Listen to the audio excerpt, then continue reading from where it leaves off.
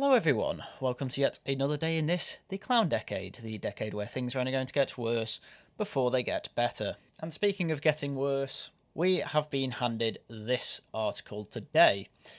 UK military sees 30% decline in regular forces recruits. Newly released figures show near total reduction across the board for the UK military, as recruitment and retention rates fall amid a worsening economic climate. And personally already I think it's a bit of cope that people aren't joining the army due to economic reasons. The pay really isn't that bad for people in the army. It's about the same as any other career. And as an added benefit, they typically sponsor you through education if you choose to have a higher education, so you come out with no debt either. In other words, in terms of economics, the Army, the Navy, the Air Force, it's the correct way to go if you are thinking in a purely economic mind. So no, you're going to have to look somewhere other than economics, because the economics of it just makes sense. You don't get any student debt. And not only that, there's a huge pile of benefits on top of it, let alone the pension you get at the end of it. But we will go into one aspect of that in just a short while. The strength of the UK Armed Forces dropped by 3.3% between 1st of October 2021 and 1st of October 2022. According to the latest recruitment and retention figures released by the UK government, with just 5,090 people joining the regular forces, a 29.8% decrease registered during the reported period. Releasing the quarterly service personnel statistics on 15 December, the UK government revealed that the total strength of the UK forces personnel stood at 192,300 as of 1 October 2022.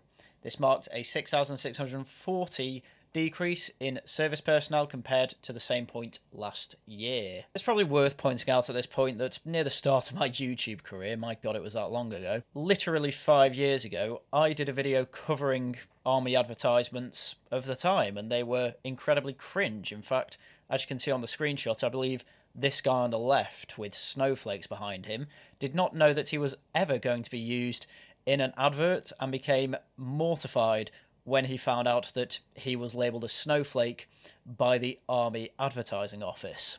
And if your advertisements are literally embarrassing the people who are already working for you, do you think it's going to be advertising the right type of people to join the army? Do you not think you should be trying to make adverts that are making the people already in there proud, so that you can then recruit people who want to get to the same position to feel the same sense of pride? Apparently for army advertisers, that is not their thinking. So I'm not surprised that after a few years of the army recruitment ads effectively being cringe, and don't worry, we're going to get into even more detail on that in the modern day, then yes, I am not surprised at all that recruitment for the armed forces is constantly falling. Further decreases were registered in the full-time trained strength of the Royal Navy, Royal Marines and Royal Air Force, and the full-time trained strength of the British Army on 1st October 2022, with the figure standing at 134,940, a decrease of 2,190 from 1st of October 2021. Recruitment has also registered a steep drop, with just under 12,000 people joining the UK regular force in the past 12 months, a decrease of 5,090 or nearly 30% compared with the previous 12-month period. Tellingly, retention is also suffering, with 16,250 people leaving the UK regular forces between 1 October 2021 and 30 September 2022, or more than 1,300 per month, an increase of 2,400 or 17.4% compared with the previous 12-month period. And when it comes to retention, I know I said that the pension is pretty good, and the pension is pretty good, but if you follow Johnny Mercer MP, who was the Veterans Minister for quite a while, he would constantly be in Parliament with stories of how veterans simply weren't treated particularly well by the system after it had served said system. And so if stories like that are constantly coming out and you barely hear anything good, though this could be survivor bias, but you barely hear anything good about leaving the army and being looked after by the state after serving it, then if people are thinking long term, why would they join? And let's not forget that in the UK, the army and the forces aren't seen to be as prestigious as over in, say, the United States, where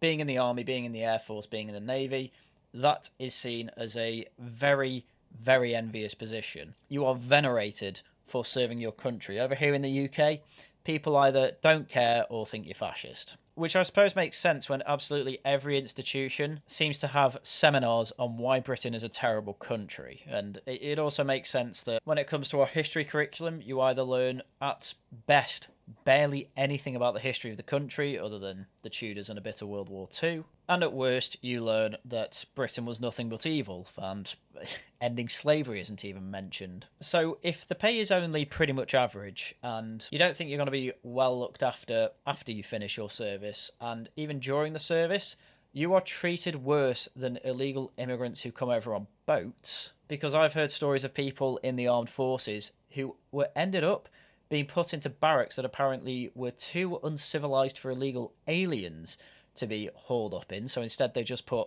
army personnel in there. Then yeah, why would you join the army? It's not worth the average pay, and it's not worth not going into student debt over. This isn't just an economic issue, this goes way deeper than the economics of it. And as I say, in a few moments we're probably going to get into the modern advertising of the army. The 2015 Strategic Defence and Security Review outlined plans to uplift the size of the UK regular forces, setting targets for a strength of 82,000 for the British Army, and increasing the Royal Navy, Royal Marines and the RAF by a total of 700 personnel. The Future Reserves 2020 programme was aimed at increasing the size of the reserve service. Great. Across all services, voluntary outflow, described as encompassing all trained services personnel who voluntarily exit before the end of the agreed engagement or commission period, was the most common reason for personnel departure, accounting for nearly 60% of outflow in the 12 months to 30 September 2022. Voluntary outflow was highest in the Royal Navy and the Royal Marines at 6%, followed by the British Army at 5.7% and the RAF at 5.3%. So, in other words, the main reason that they can't retain people is because they literally want to break their contract and just get out of there. It is that bad, apparently. However, the largest drop was seen in the reserve services, with just 3,720 people joining Future Reserves 2020 during the reported period, a decrease of nearly 2,000 or 34.8%. The train strength of the Future Reserves 2020 stood at 31,030 on 1 October 2022, a dip of 1,040 since the same point last year. In other words, the army is completely failing to recruit people, and it is completely failing to retain people. And when I say the army, I don't just mean the army, I mean all of the armed services. Kind of the most important part of a state, the part that gives you the monopoly on violence, the part that says, I've got the biggest stick, that's why you do what I say. So if the army is constantly losing people, what power is Parliament or King Charles going to have? And if this is all down to they need to be paid more or given slightly better benefits, then so be it.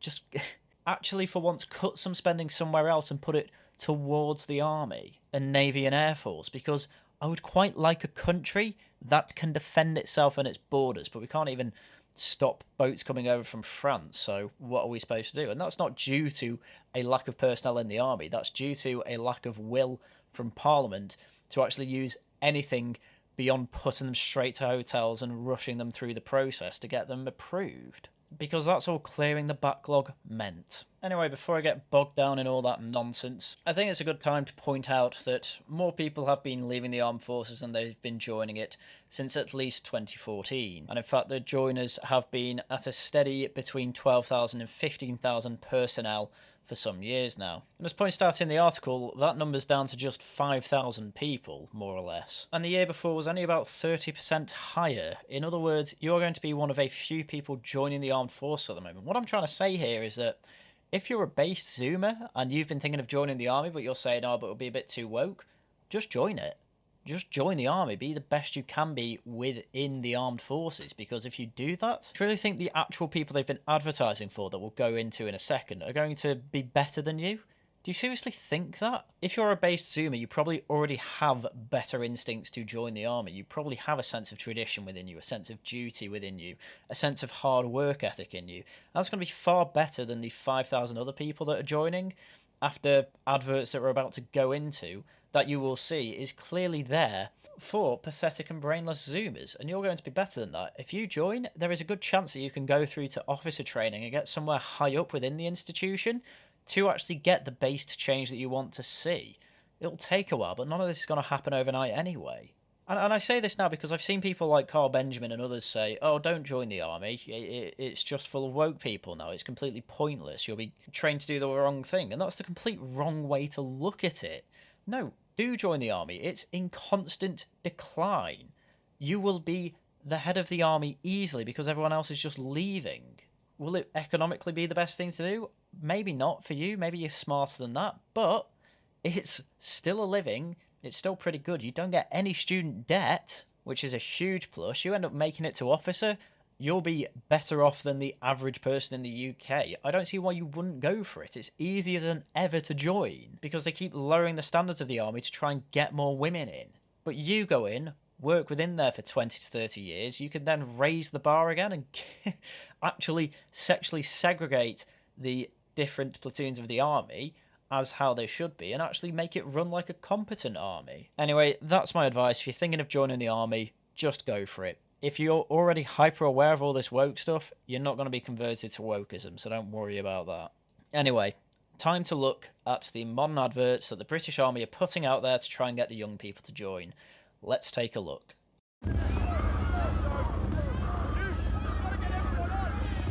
What's your gut saying?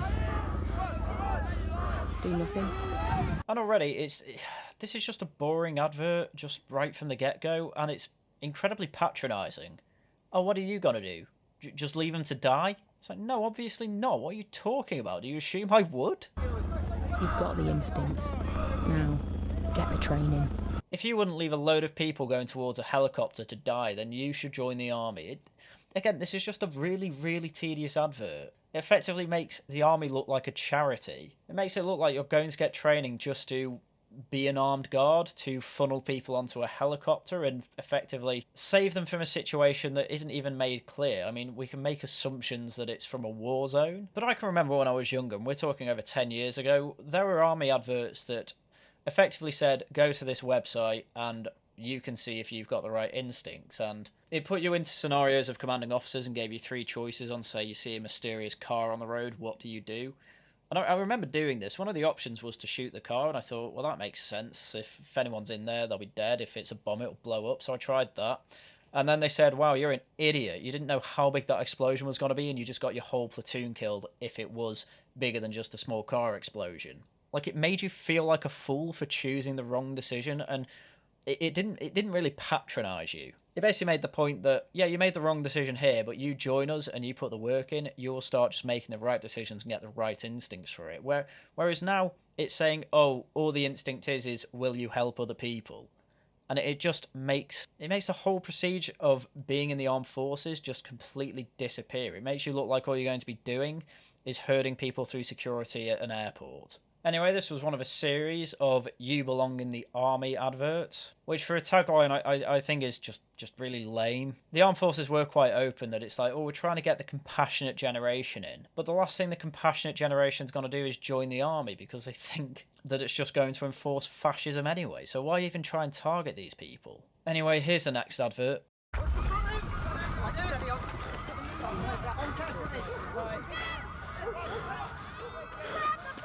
What's your gut saying?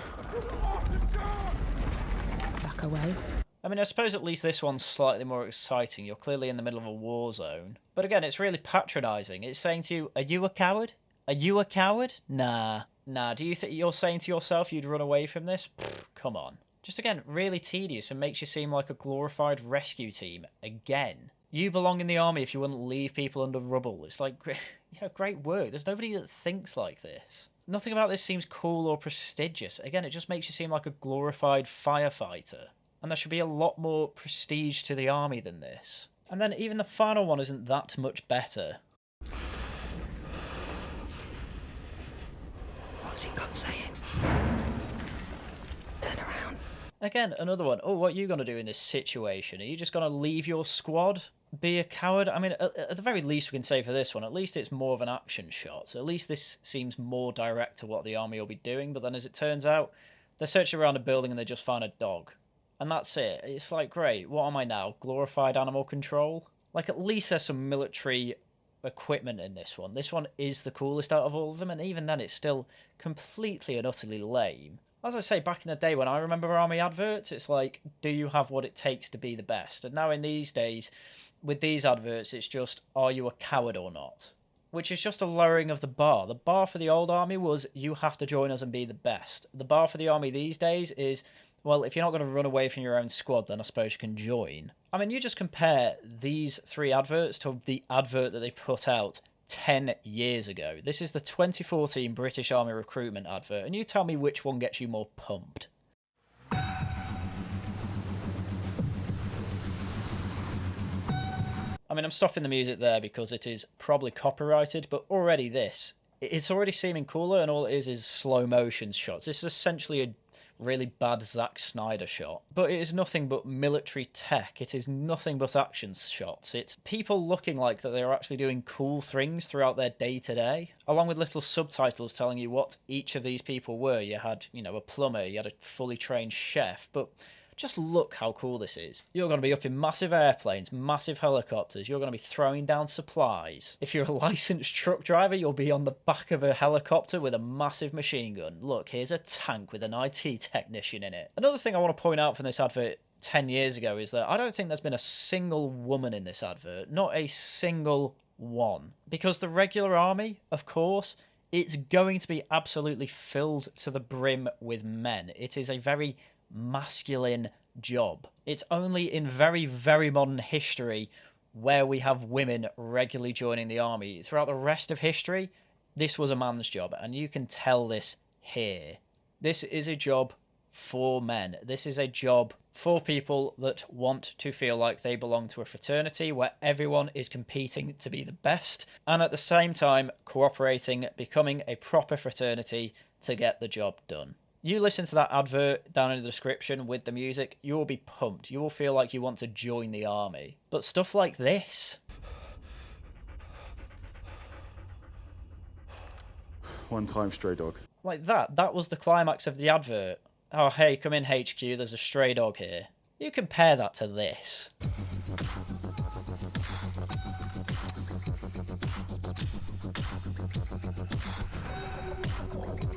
And you tell me which one speaks to you to say, come join us, we are cool and absolutely filled with prestige and exactly what you're looking for. And as I say, you based zoomers out there, I know that these adverts are not to your taste, and I know the 2014 one, more is to your taste. But look, you join the army now in 25 years, you can be the ones giving the green and red lights to these different adverts. You can be the one trying to advertise to the more based audience within the country. And then maybe we'll have a military that isn't a complete embarrassment.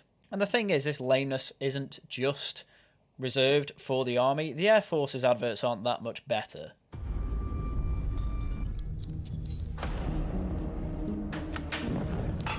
I mean, already this advert is completely Edgar Wright. You go from a really cool high-tech load-up image to then someone turning on a heater to put a pan on. And this advert is actually trying to be more high-octane than the army advert, so I can give it that. This is certainly a step up from the army adverts we've just seen, but I don't understand why they keep showing you chefs.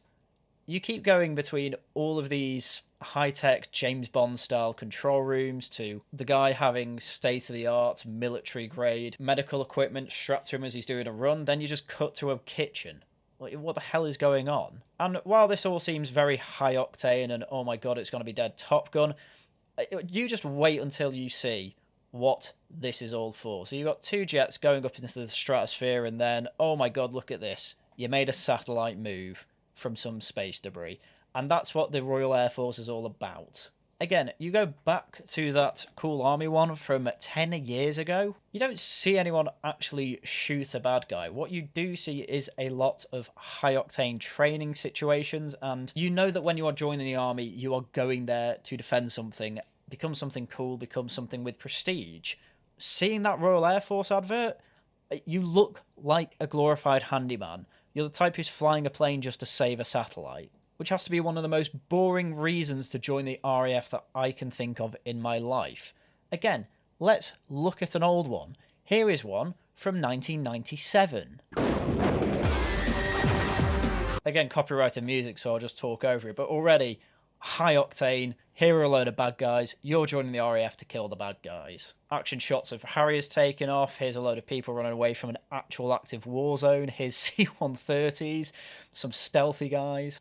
These actually look like action shots from a literal war zone. This looks cool. And it makes you think I could be one of these people putting down aid for the refugees, putting in air support to get rid of the terrorists.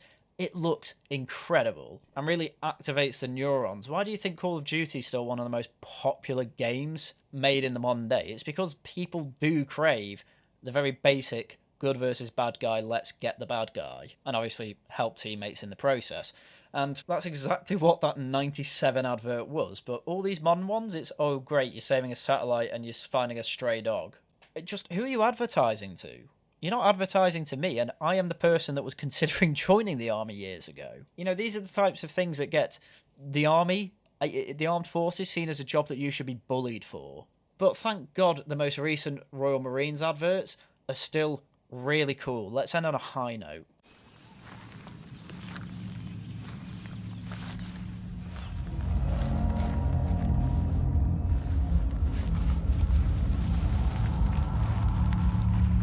That is a really simple, but again, incredibly cool advert that tells an entire story. You join the Royal Marines, you'll be deep behind enemy lines, and you'll be outsmarting and outplaying absolutely every enemy that you come into contact with. It says to you, you will be part of an elite fighting force, and that's probably going to advertise to many, many people. And the British Army and the RAF and the Royal Navy, they need adverts like that. You are going to be part of a fraternity, and you are going to be fighting Britain's enemies, and it's going to be awesome. That is how you advertise for the army. You don't do it the way you've been doing it for 5 years now at least, which is to try and reach out to compassionate people, because, to be quite frank with you, the army is not for compassionate people.